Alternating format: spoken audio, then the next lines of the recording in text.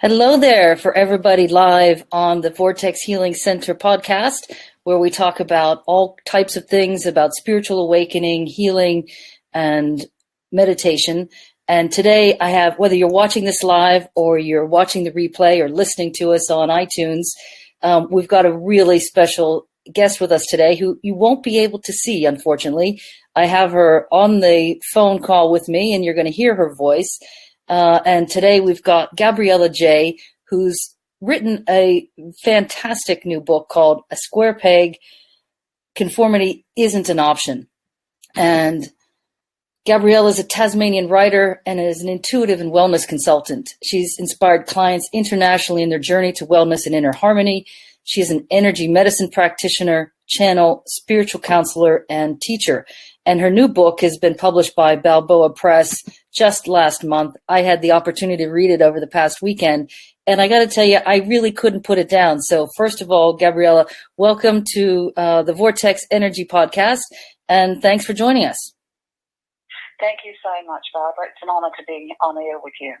Great. So we can't actually see your face, and we're doing this over the telephone for a number of reasons. And why don't you help explain your pen name here, Gabriella J.? Where did that come from? Well, it is a pen name. I was given advice by my publisher to not publish under my own name for good reason, I believe. Gabriella is my spiritual name. It was given to me many, many years ago when I first started connecting with non-physical beings who, whispered in my ears non-stop. But the J was the one that I wasn't expecting, and I actually saw and heard the word J, J-A-Y-E, very clearly. And when I looked it up, in Sanskrit, it means victory, which I find quite interesting because I'm not sure what the victory is about. But that was the name I was given by my guidance. So, That's great. And what I love about the book, and I think it's really going to resonate with a lot of people who listen to us and follow us, and that is that it's your story of the experience of awakening to your channel, your spiritual counseling, your ability to connect with the non-physical beings. And I think a lot of people really are going to resonate with it, and particularly your title of A Square Peg in Conformity Isn't an Option, because I think so many people today have grown up in that same environment. And the question is simply, when do they awaken and when do they notice that it's okay to be you? That is a good question because it's never an easy thing to do. I heard voices and I actually travelled extensively when I was very young. But of course, that is considered imaginary play by adults. Yeah. And given my age, it wasn't acceptable. There's no doubt about it. And as I, normalised into society and played the game like everybody else did, I always felt like that square peg. I never felt comfortable. I didn't fit in. I couldn't understand what other people found so exciting about the things that they did. And yet I conformed. And, true happiness doesn't come from conforming to what everybody else thinks is normal. And it wasn't until I was in my early 40s, and I just knew I was dying on the inside. And on the outside, it all looked perfect. And, I had to do a lot of deprogramming on myself because, the enculturation, the programming, the belief systems, they are so deeply entrenched within, and it's not easy to break the bonds of that. So when it came to writing the story, and believe you me, the story wrote itself. Yeah. The spirit was pushed me to write it, and there was a great degree of urgency around it. I came to see that this was for other people, particularly all the people from the younger generation that I have been meeting and having conversations with in recent years. I got away from doing all the spiritual work publicly and went into a state of semi-retirement, but I had the pleasure of encountering and connecting with so many young people, and all of them, just about without fail, would say, I can't let my family down. I have to do what's expected of me. Yeah. I have to play along. Well, you don't have to. That's what the book is about. You don't have to be like everybody else. Yeah. So there's actually this secret hidden agenda that you've got. I mean, you talk about it from the first person perspective. This is your story, and yet it's a universal story. It is. It's very much a universal story, and it's been one that has been very cleverly perpetuated by state, by church, by the education system. And I will add that I used to be a school teacher, and I got out of that once I began to feel that stirring, that need to break free from what I had been told was reality. I came to see the education system, and I apologise to any teachers here because I know teachers work really, really hard, and they have a terribly challenging job. But the theme of teaching is to bring children through the system so they all think the same and they all function the same. Yeah. I know that is clearly one of the downsides of modern education. Mm-hmm. Although thankfully it's not the same in every school, but I'm not seeing that in the local public schools in our district here, where we are here in St. Mary's. So I can tell you that. And look, I have a lot of friends who are teachers, and they do a darn good job. That's not the issue. It's the mechanisms that are controlling such things as standardised reading tests and are taking away or minimising the ability to create unless it's in certain areas. You know, there's a lot of things I could go into. But, so in my book I do touch upon how we are being normalised into this matrix-type sort of situation. Yeah. Very much. And I'll tell you, it was a really fascinating read for me as you go through so many different aspects of your life. And I know that one of the aspects that you talk a lot about in the book is the time when you were a very strong channel for Edgar Cayce. And I know that was a big part of your life at that time. And I know it's also a part of what is coming from your past. He's not as active, but I know you channel many other and non-physical entities. Can you just touch base a little bit on what that was like for you with all the attention you got as a channel for Edgar Cayce and what it feels like now connecting with so many other infinite beings? Oh, that's a very, very complex question. Okay, the Edgar Cayce thing, it was a real privilege. There's no doubt about it. And I had the good fortune to pass on a lot of the wisdom that didn't come through when he was alive, and his trans-channelings, became very popular. But, as he said, and he talked to me just about every night, as I was going off to sleep, I would get another little bit of intuition rather than intuition. And he would work through me when I worked with clients.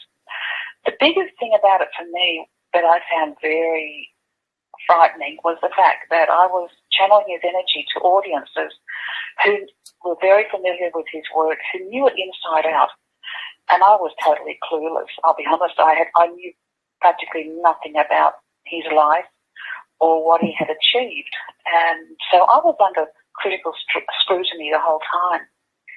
Yet it was very illuminating for myself, because I came to understand that we are all just one, and that we are going through this massive change in consciousness, and it's a transformative process, which is what the channelings did. They talked about this fact that we need to stop thinking that we're separated, that we're all individuals, I, me, myself, and we're all so uniquely important.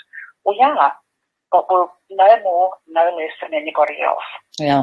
And that we're all going through this huge shift in awareness, in consciousness, and in understanding. And it's a painful one. That was the other thing that I learned about this, is that it doesn't happen easily, because we do change energetically, we change physically as we go through it. And for me, that was some of the greatest pain, physical pain and energetic pain I had ever experienced, in holding his vibration for so long. Yeah. Yeah, We've got Jennifer Chapman's online with us here. Hey, Jen. So if any of you have direct questions for Gabriella, just type them into the Facebook, and we'll see if we have time to get them in. So a couple more quick questions for you, Gabriella. When did this first come into your life? This knowing this, you talked about knowing it when you were young. Was it constant, or did you block it off for a while in the middle there? Or? It was always there. Mm. I was born with it, and it was always there, and it caused me a lot of, how can I phrase this politely? It got me into a lot of trouble. Again and again, and I soon learned to shut up and keep my mouth closed and my opinions to myself. Yeah, it was always there, and it doesn't make me any different to anybody else. You know, we have people who have amazing gifts in other areas. For me, it's the knowing. Yeah, and it's a deep knowing, and I can talk to somebody, and they can tell me a beautiful story, and I'll go, yeah, no, and I say nothing. And because I'm not judging, it's just right. It's a vibration that I pick up on. Hey, and we've got Beth Davies on the call as well. So please, if you guys have any questions for Gabriella, just type them into the comments. But what you're saying resonates directly with me, and I know myself, I actually shut down and stopped seeing and hearing these things, and it gotten a bit frightening, and to be honest, and I went through. Well, it does. It does. It can be a real challenge. So congratulations to you for really holding your ground and probably learning how to be quiet about it for a while. Oh, look, I do my best still to be normal. But what I have found is that I accept who I am, and that is what the journey is about. Is irrespective of who you are, your quirks, your feelings of being different and not the same. The bottom line is we are all just learning how to love ourselves, and that's what the journey for me has been about. Is learning to accept who I am. Valuing the differences, and also seeing a lot more similarity than I ever thought was there, because I always felt so different. I didn't see the similarities, but now I do. Yeah. And that's really important. That is a mega lesson right there. Yeah. Yeah. Because I've sort of shied away from the spiritual community in the last 5 years, and got myself down and dirty with Mother Earth and learned a bit about permaculture and all of those sorts of things. And I've spoken to so many people who in the past I would never have connected with, but I'm seeing the similarities, and I'm seeing the same questioning, the same concerns that I've been through. And I think this is one of the things that we need to be mindful of, is that in our culture and our society, there's a lot of bullying that goes on. There's a lot of subtle bullying that all through the media and elsewhere that says that, we're all, we're not connected. We're separated, and we're not. Yeah, we are one in common, and I'm hoping that my book can help people understand and see themselves more sympathetically. I think it really will. I know it resonated very distinctly with me. And Jennifer Chapman says, I know what you mean about knowing when someone is telling a tale that's not 100% true. Yeah, I think we feel it in our body. You feel it everywhere. Yeah, exactly. And we are awakening as a world consciousness, particularly in the Western culture and some of the Asian cultures more than anything. We are shifting, and it really is time for us to speak up and to become more proactive in honouring who we are and honouring it freely rather than hiding behind this cloak of being the same as everybody else. So what's helped you decide that now's the time for you to step back into your light and write this book and share your story with everybody? What was the instigation there? Was there a tipping point there? No, not really. It was a knowing. It was time. The word again. It's a knowing. It's just a knowing. I came back and I was burnt out when I returned to Australia 5 years ago. And I knew that I needed time out, and I didn't know what to do or how to handle it. But I've missed the work. I've missed that spiritual family, that connection. And I know that my book is an impetus for this to happen.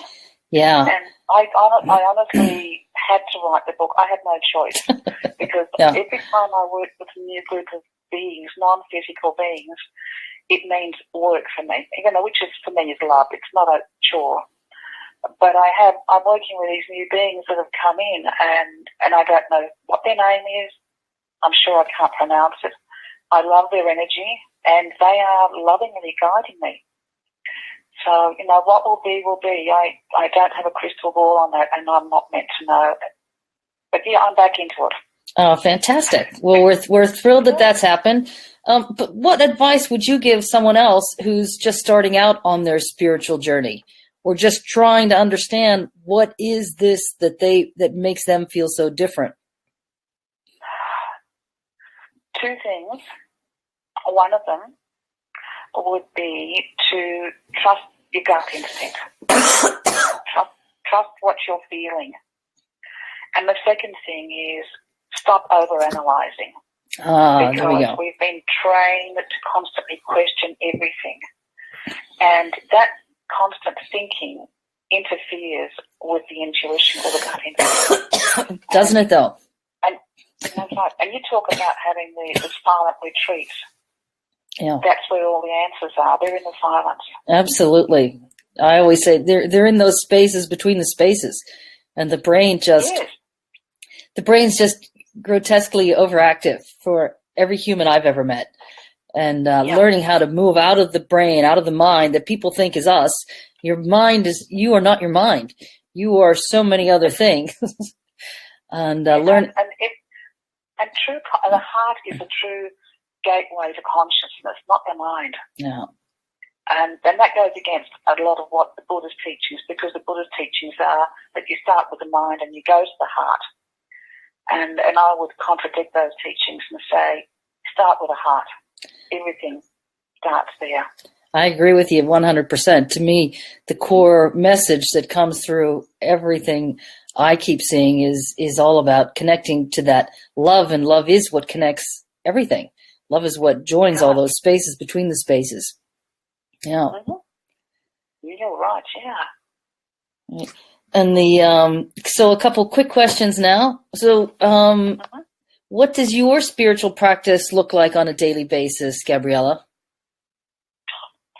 Look, I'll be honest with you, I rarely meditate nowadays because life is a walking meditation.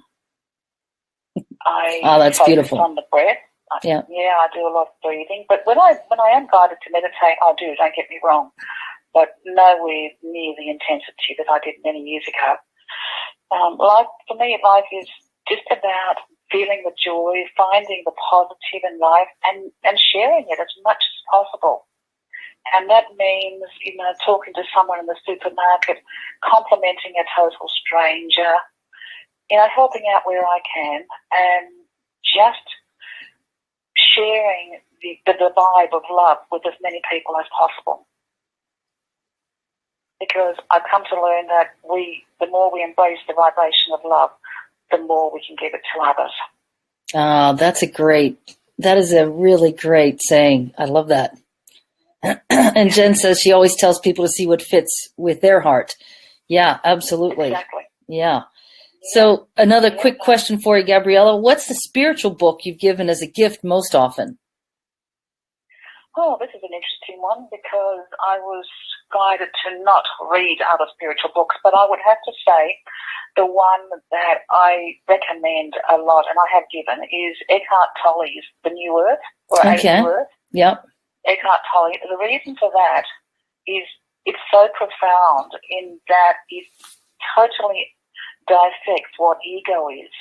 And it explains beautifully on every level how we get caught up in ego. And even some of the very spiritual people who talk a lot of spiritual stuff,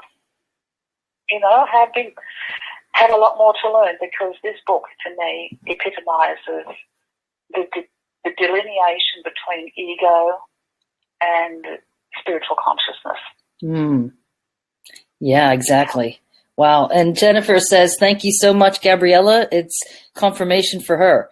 So perfect. I'm really glad. Yeah. Woohoo. That's fantastic. My pleasure. And thank you so much, Barbara, for also inviting me onto your show. I feel blessed. I feel honoured, and I'm really thrilled to make the connection. Great. And so what's the best way for people to reach you, Gabriella? Oh, Gabriella J, GABRIELLAJAYE @yahoo.com. Right. And I've added here your blog as well. You've got a blog called asquarepeg.blog.wordpress.com. I'm posting that in the comments there. Oh, that's very generous of you. Thank you. Yeah. So for everyone, if you have not yet read Gabriella's book, I highly, highly recommend it. It's available on Amazon. I got it to my Kindle. It's called A Square Peg, Conformity Isn't an Option, and was just introed by Balboa Press last month. And this is a really great read. And I really appreciate all that you do for the planet and all the beings and entities and information you've been sharing, Gabriella. So I thank you and I honor you for your commitment to all of the beings on this planet. Thank you so much, Barbara. It's been a joy and a pleasure.